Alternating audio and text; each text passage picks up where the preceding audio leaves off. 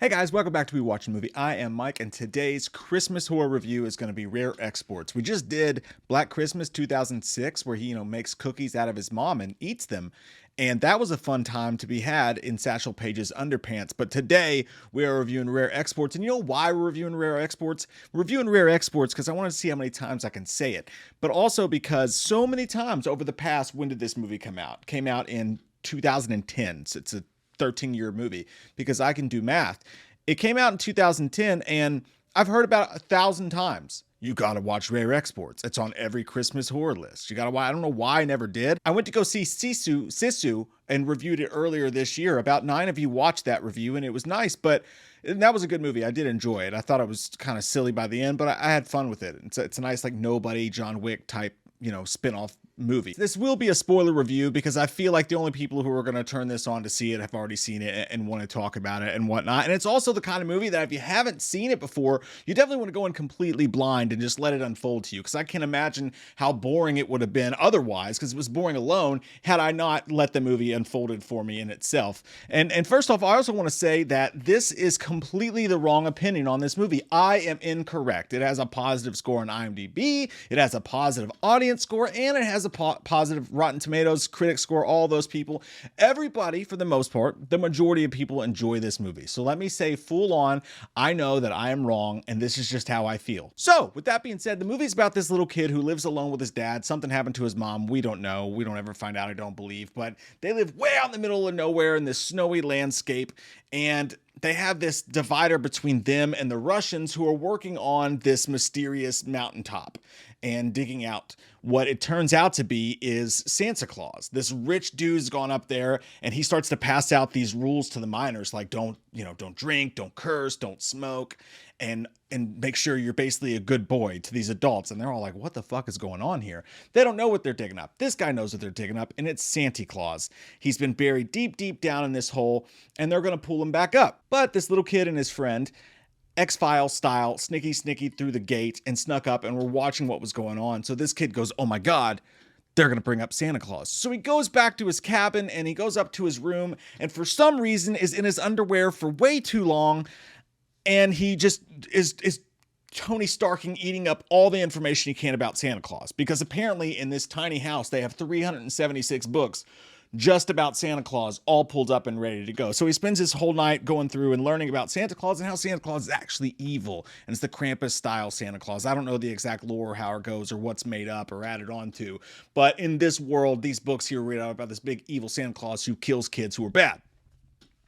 So he's scared, obviously, and then weird things start to happen around the snowy landscape, and they farm reindeer there. I don't know if farm's the correct word for that. They have a shit ton of reindeer, and they get on their snowmobiles and they drive up there, and a bunch of these reindeer have just been murdered to fucking bits. And long story short, this old man who looks like a Santa Claus who hasn't eaten in 3 to 6 years falls in one of their wolf pits that they designed to catch wolves. And they take him in there and they're like, I guess we're going to Tony Soprano this bitch and cut him up because that wolf pit was illegal. But then the guy starts to act weird and he's still alive. And the dude's acting weird. And as soon as the kid comes up, thank God he has pants on now. The guy's like smelling him and shit and being weird as creep shit. And the scary part of the movie definitely comes from old man versus child. Like, that's where the fear in this movie is. These creepy old sweaty men. And all this that I'm just like rambling my way through, it unfolds very slowly in the movie. Like, watch the kid walk up the mountain, watch them have a conversation about this obvious shit for 20 minutes, watch them eat cookies again, and a bunch of just dressing on this movie that just really didn't need it, although there are surprises going forward. So speaking of the surprise, we get there, we finally get to what's going on, and one of the coolest parts of the movie where things kind of get flipped on their head and you actually get surprised a minute, they try to take this old Santa Claus man and hold him ransom to the Russians who are trying to dig him up, and he's already killed a couple of the Russians. You also didn't get to see that actually happen, but he decides to hold him for ransom so that someone would pay for his $80,000 worth of reindeer that got massacred. The guy runs up and he's like, don't curse, and smile at it. And they're like, what are you talking about? It's this creepy old man. And he's like, this isn't Santa. This is one of Santa's elves. And then out of the woods come Hereditary style, or any A24 movie, you pick your choice.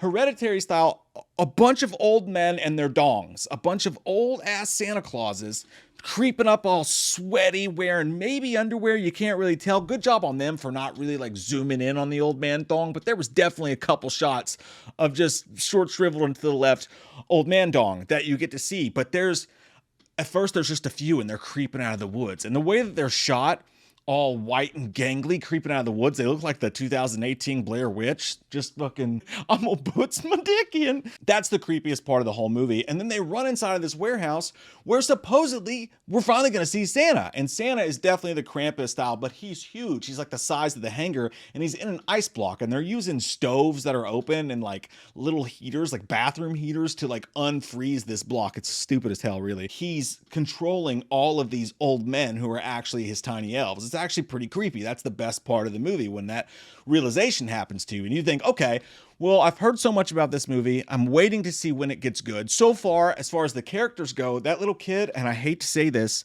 I hate to be this way, he's almost adult. That little kid's fucking annoying. Like, every time they showed his face, and he's wearing like hockey pads. I'm not wearing hockey pads. He's wearing these hockey pads and this little stupid outfit, and it just makes him look stupid. I'll just say it makes him, like, honestly, I'll take the Babadook kid over this kid. God damn it, I don't know what it is about your face, but I want to deliver one of these right in your suck hole. Is there anything I can do to work on that? No, not really. It's your face. He's always running off and like crying and shit. And I realize like in real life, that's how kids would be. But in this movie that had no entertainment value for so damn long, that shit got old real quick. I'm like, toughen the fuck up, Buttercup. And his dad's an asshole. There's really not anybody to really like in the film. Like, you can't even feel bad for the dad, because like, you were gonna cut up this old fucking man just 5 seconds ago. And also, like, you grounded the kid on Christmas. Why? Because he doesn't have a mom? Like, what the fuck? You're a dick. And I don't really like any of the people in the movie. They don't really have any personality to really grab onto. So just like, it was just like I want to see what happens with the plot. That's really all I have to take enjoyment in. And honestly, the plot moves really fucking slow. So here we are, we're in this hangar, and all of a sudden the kid turns into fucking John McClane with zero like lead up. He's just like, the fucking kid turns into Macaulay Culkin on steroids, and he just like grabs a walkie-talkie. He's like, all right, here's what we're fucking doing. You're gonna do this, you're gonna do that. And all of a sudden these old grizzled fucking like hardcore, dudes are like, okay, little kid.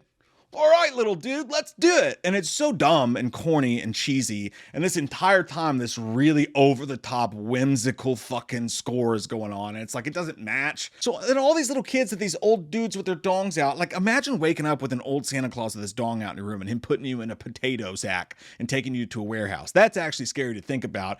That's a movie I don't want to see either, though. But anyways, they have all these kids in the warehouse, and the kid's like, put them back in the potato sacks. So he uses gingerbread cookies to get the elves out of the way, and there's conveniently the helicopter there. So he gets the helicopter, flies the helicopter in the hangar, and they put all the kids in their potato sacks in this big buggy thing, and he lifts them up into the winter windy sky and flies them as the kid jumps on top of the thing like fucking Spider-Man, like goddamn James Bond, like real life Tom Cruise filming a Mission Impossible movie, is in the night sky holding on to this, like directing people on a walkie-talkie. It's the dumbest shit I've ever heard of in my fucking life. It's stupid. Like, I've heard like whimsical, fun, crazy. It's a movie. This is fucking dumb. And the dad's like, no, you can't go. He's like, I'm the fucking, look at me. I'm the captain now, bitch. And the dad's like, okay. And it's like, that guy would never fucking, Jesus goddamn Crisco Christ on a cracker. It's so dumb, but cool ass imagery happens while they're flying this. And I think he's leading all these old men and their dongs to this giant hole to just like fall in, which I thought was going to be pretty dumb. This is even a little bit dumber. He leads them to the fence that they showed us early in the movie as a pit of plot fornication, for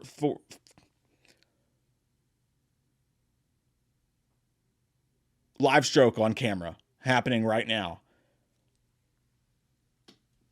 Foreshadowing. It's a little bit of foreshadowing. They showed us this, and they made it a big deal. It's literally fucking an electric fence. Like, I had one around the horses when I grew up. It's not that big of a deal, but they have this electric fence covered corral area, and the kid, looking so stupid, action again, like Jackie Chan levels, like jumps off of the helicopters flying from the bags into the corral, and he's like, remember I did this for you, Papa? All the old men and their dongs are chasing him, and they all get in the corral. And then right at that same time, Again, we're still waiting to see giant horn Santa Claus, because this giant Santa Claus, who's the size of the hangar, has these gigantic Krampus style, horns coming out. And that's all you see coming out of the fucking eyes. They explode them. They use explosives to explode it. And then it kills Krampus, and then they take the horns. And that's all you get as Santa Claus. You never get to see Santa Claus. You never get to see Santa Claus at all. And the guys are just driving away, and then they show up at the corral, and the kid has led all these old man dongs into this corral, and he's like, "You're a good man, son." And he's like, "So are you, Dad." And then they stare while the Christmas music plays. They hold each other and stare under the twilight, a Christmas miracle, like 200 old dudes and their dongs out, just standing around in a fucking field. And then you find out, this is where it gets super cabin feverish, super comedic. They, instead of the reindeer, they realize they can get money for these Santa Clauses by sending them to the mall. So they start a training exercise for all the old men. And it's actually really creepy too, because the old men are sitting there in the factory holding fake children, like pillows, and like rubbing the children and fucking caressing them. And I'm like, that's not what my mall Santa is going to do. If my mall Santa does that, he's going to have my fucking fist up his ass. And not in a way he probably would like, this sick bastard. But seriously, like them, like the way they're like touching and rubbing, because I'm like, this is fucking weird, dude. Like, first, you know what? I'm just not even going to get into it. It's fucking weird. Stop it. But the joke is that they're shipping them off, and that's how they made their money back, and they're running their own Santa Claus factory. It's really stupid. And the whole movie is, and I hated it. I thought it was an absolute disgusting waste of time, and I have no idea why people recommended this movie to me. But again, I'm the minority of it. People love it. I fucking give it like a 5. I'll give it a 5. I'll be nice and give it a 5. I thought it sucked my butt, Steve. That's what I'll say about this movie. But hey, people enjoy it. So I'm very clearly wrong, and I know you'll yell at me about it. But that's how I feel about rare exports. I definitely would rather watch Sisu. I would definitely watch you in the shower if you'd let me. Here comes that white-faced fucker, an asshole like no other. He's a big old piece of shit. Wants to stab your sister's tits cause he's a white-faced fucker. Loomis can't recover. Dr. Challenge drunk again, sleeping with your sister's friends. Do you want to know about the darkness? I said, goddamn. Goddamn, you faggot! Halloween never ends, suck my fucking dick, and I don't really care what Blumhouse fucking says. Put him in a box or suck a fucking cock. You can say he's dead, but we all know he's not, yeah. So let's go trick-or-treating, let's go fucking drinking, let's all go rent Pumpkinhead on VHS.